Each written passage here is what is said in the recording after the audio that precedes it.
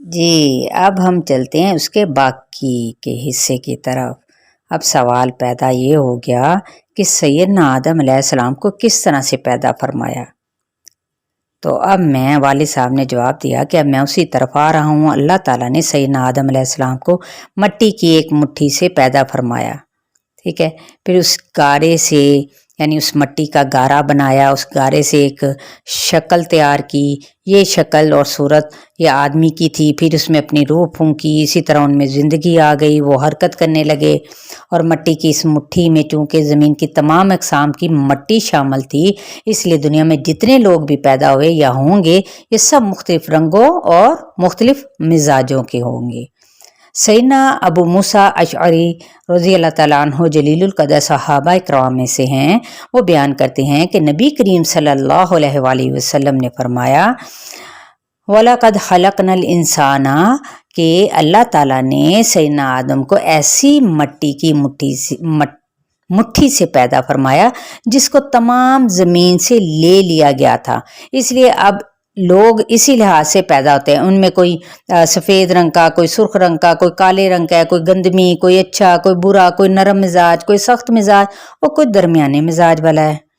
تو اسی طرح جامع ترمذی میں بھی سیدنا ابو ہریرہ رضی اللہ تعالیٰ عنہ سے روایت ہے، وہ فرماتے ہیں کہ نبی اکرم صلی اللہ علیہ وآلہ وسلم نے فرمایا جب اللہ تعالیٰ نے سیدنا آدم علیہ السلام کو پیدا کیا اور ان میں روح کو پھونکا تو انہیں چھینک آ گئی، انہوں نے الحمدللہ کہا اور اللہ کے حکم سے اس کی تعریف کی۔ جواب میں اللہ تعالیٰ نے انہیں کہا یرحمک اللہ، یعنی تیرا رب تجھ پر رحم کرے۔ تخلیق آدم کے وقت فرشتوں نے اللہ تعالیٰ سے کہا تھا کہ تو ایسی مخلوق کیوں پیدا کر رہا ہے جو زمین میں فساد کرے گی اور خون بہائے گی؟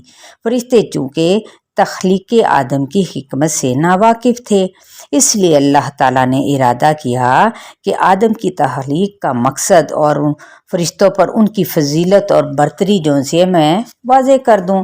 چنانچہ اللہ تعالیٰ نے سیدنا آدم رضی اللہ تعالیٰ عنہ کو یعنی ہر چیز کے نام سکھا دیے، پھر ان چیزوں کو فرشتوں کے سامنے پیش کر کے فرمایا اگر تم سچے ہو تو ان چیزوں کے نام بتاؤ۔ فرشتے ان چیزوں کے نام تو نہ بتا سکے، خاموش رہے، انہیں پتہ ہی نہ چل سکا کہ ان چیزوں کے نام کیا ہیں۔ آخر انہوں نے عاجزی سے کہہ ہی دیا اے اللہ تیری ذات پاک ہے، ہمیں تو صرف اتنا ہی علم ہے جتنا تو نے ہمیں سکھا رکھا ہے، پورے علم اور حکمت والا تو ہی ہے۔ تو اللہ تعالیٰ نے سب فرشتوں کو حکم فرمایا، حکم دیا چلو آدم کو سجدہ کرو۔ قرآن کریم میں یہ ذکر ان الفاظ میں آیا ہے نا ترجمہ۔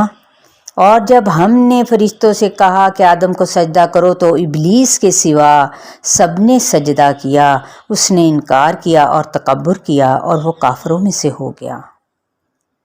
سورہ البقرہ۔ فرشتے اللہ تعالیٰ کا حکم بجا لائے، سیدنا آدم علیہ السلام کو سجدہ کیا۔ یہ دراصل یہ سجدہ جو ہے نا وہ تعظیماً کہلاتا ہے، اور اس کا حکم بھی انہیں خود اللہ تعالیٰ نے ہی دیا تھا، عبادت والا سجدہ نہیں تھا۔ عبادت والا سجدہ صرف اللہ تعالیٰ ہی کے لیے ہے، کسی اور کے لیے ہو ہی نہیں سکتا۔ اس موقع پر فرشتوں نے سیدنا آدم علیہ السلام کی شان کو جان لیا، لیکن ابلیس یعنی شیطان اس نے سجدہ کرنے سے انکار کر دیا۔ تو ایک بچے نے کہا ایک منٹ ابو یہ بتائیں کہ اسماء ساتھ والے کمرے سے بول اٹھی۔ ہاں کہو بیٹا کیا بات ہے؟ ابو پہلے ہمیں یہ تو بتائیے کہ شیطان کون تھا، کیا وہ بھی ایک فرشتہ تھا؟ بتا رہا ہوں بھائی، بتا رہا ہوں، فکر نہ کرو۔ ظاہر صاحب بولے۔ چند سیکنڈ تک کمرے میں خاموشی طاری رہی، پھر ان کی آواز گونجی، وہ دراصل ایک جن تھا، فرشتہ نہیں تھا۔ وہ غرور میں آ گیا، خود کو بڑی ہی چیز سمجھ بیٹھا۔ اللہ تعالیٰ نے اس سے پوچھا اے ابلیس تجھے اس کو سجدہ کرنے سے کس چیز نے روکا جسے میں نے اپنے ہاتھوں سے پیدا کیا؟ تو اس نے جواب دیا میں اس سے بہتر ہوں۔ شیطان کہنے لگا یعنی ابلیس میں اس سے بہتر ہوں، کیوں؟ اس لیے کہ تو نے مجھے آگ سے پیدا کیا ہے اور اسے مٹی سے۔ ابلیس کو اللہ تعالیٰ نے آگ سے پیدا کیا تھا نا، تو اس میں اس کو اپنا تو کوئی کمال نہیں تھا، پھر بھی وہ غرور میں آ گیا، گمراہی میں پڑ گیا، حالانکہ اللہ تعالیٰ بہتر جانتے تھے کہ ان میں سے افضل کون ہے۔ یہ غرور اور یہ تکبر ابلیس کو اللہ تعالیٰ کی نافرمانی کی طرف لے گیا۔ یہ تھا تکبر اس کا کہ میں آگ سے بنا ہوا ہوں اور یہ زمین کی مٹی سے۔ اللہ تعالیٰ نے اس پر ناراضگی کا اظہار کیا اور اسے جنت سے نکال باہر کیا، اور ساتھ ہی اس پر لعنت فرمائی۔ اس سے فرمایا تو یہاں سے اب نکل جا، تو مردود ہوا اور تجھ پر قیامت کے دن تک میری لعنت اور پھٹکار ہے۔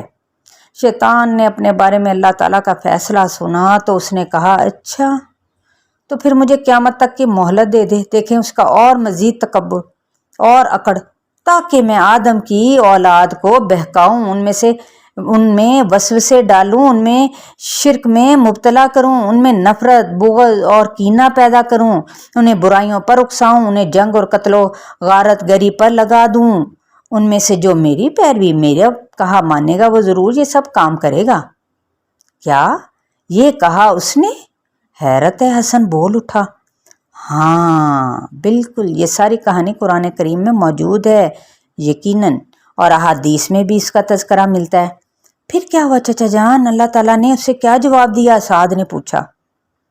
ٹھیک ہے، اسی طرح والدین کو بھی چاہیے کہ ہم اپنے بچوں کو سامنے بٹھا کر ان سے اس طرح سے کنورسیشن کیا کریں، اور بچوں کو بھی چاہیے کہ وہ اپنے والدین سے کچھ اس طرح سے نالج، اسلامی نالج لیا کریں، جب تک کہ وہ خود بھی پرفیکٹ اس کا علم جانتے ہوں۔ اللہ تعالیٰ نے اس سے فرمایا، تو مہلت والوں میں سے تو مہلت والوں میں سے ہے۔ اوہو، یعنی اسے مہلت مل گئی؟ سب بچے ایک ساتھ چلا اٹھے۔ ہاں، اسی طرح ابلیس کو معلوم ہو گیا کہ اب اسے قیامت تک کی مہلت مل گئی ہے، چنانچہ اکڑ کر کہنے لگا، اے اللہ، میں تیری عزت کی قسم کھا کر کہتا ہوں، میں آدم کی اولاد کو اپنے سائے تلے رکھوں گا، ان میں وسوسے ڈالوں گا، یہاں تک کہ وہ تیری نافرمانی کریں گے۔ میں حرام چیزوں کو ان کے سامنے خوبصورت بنا کر پیش کروں گا، انہیں حق سے دور کر دوں گا، گمراہی کی طرف انہیں لے کر آؤں گا، یہاں تک کہ وہ تیری نعمتوں کا انکار کریں گے۔ البتہ جو نیک ہوں گے وہ مخلص ہوں گے، عبادت گزار ہوں گے، انہیں میں گمراہ نہیں کر سکوں گا۔ دیکھے ساتھ ہی اس کی، دیکھے کیسے وہ نیچے اس کا جھکاؤ ہوا کہ جو تیرے بندے ہیں، یعنی اس پر جو اللہ تعالیٰ کے خالص مخلص بندے ہوتے ہیں نا، ان پر شیطان کا کوئی زور نہیں ہوگا، وہاں پہ بس اس کی نہیں چل سکنی۔ تو لہٰذا ہمیں بھی کیا کرنا ہے؟ اپنے آپ کو مضبوط کرنا ہے۔ تو اس بات کا ذکر اللہ تعالیٰ نے قرآن کریم میں ان الفاظ میں کیا ہے، تیری عزت کی قسم میں ان سب کو یقیناً بہکا دوں گا، سوائے تیرے ان بندوں کے جو خاص اور پسندیدہ ہیں۔ ان الشیطان للانسان عدو مبین، یہ بے شک شیطان کیا ہے؟ انسان کے لیے کھلا دشمن ہے۔ اسی وقت سے ابلیس انسان کا دشمن بن گیا۔ شیطان کوشش کرتا رہتا ہے کہ لوگوں کو اللہ کی رضا والے کاموں سے ہٹا کر اس کی ناراضگی والے کاموں میں لگا دے، ہدایت کے راستے سے ہٹا کر گمراہی کی طرف لگا دے، اور انہیں جہنم کی طرف لے جانے میں ان کی رہنمائی کرے، انہیں جنت سے دور کر دے۔ مالک بچوں کے منہ سے نکل آیا۔ جی، اللہ تعالیٰ نے سیدنا آدم کو حکم دیا کہ جنت میں رہیں۔ وہ آپ جنت میں رہنے لگے، لیکن تنہائی کی وجہ سے اداسی محسوس کرتے تھے۔ تب اللہ تعالیٰ نے حوا علیہ السلام کو پیدا فرمایا، انہیں سیدنا آدم علیہ السلام کی پسلی سے پیدا کیا گیا، اور سیدنا آدم علیہ السلام سے فرمایا، تم اور تمہاری بیوی جنت میں رہو، اور جس جگہ سے تم دونوں چاہو اطمینان سے کھاؤ۔ چنانچہ سیدنا آدم علیہ السلام اور حوا علیہ السلام دونوں جنت میں آرام اور آسائش سے رہنے لگے۔ اللہ تعالیٰ نے ان سے فرمایا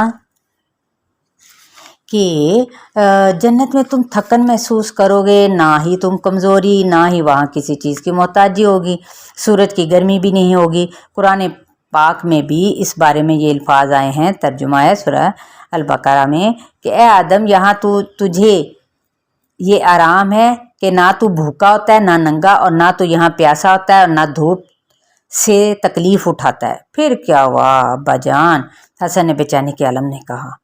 پھر اللہ تعالیٰ نے سیدنا آدم علیہ السلام کو اور ان کی بیوی کو حکم دیا کہ تم دونوں جنت میں رہو، جنت سے ہر چیز کھاؤ، لیکن بس ایک درخت سے پاس نہ جانا، اس درخت کے پاس کبھی بھی نہ جانا۔ چلیں یہاں تک ابھی ہم اپنی اس اسلامی قصے کو سٹاپ کرتے ہیں۔ انشاءاللہ تعالیٰ اس کا بقیہ حصہ آئندہ کے لیے۔ ٹھیک ہے، السلام علیکم ورحمۃ اللہ وبرکاتہ۔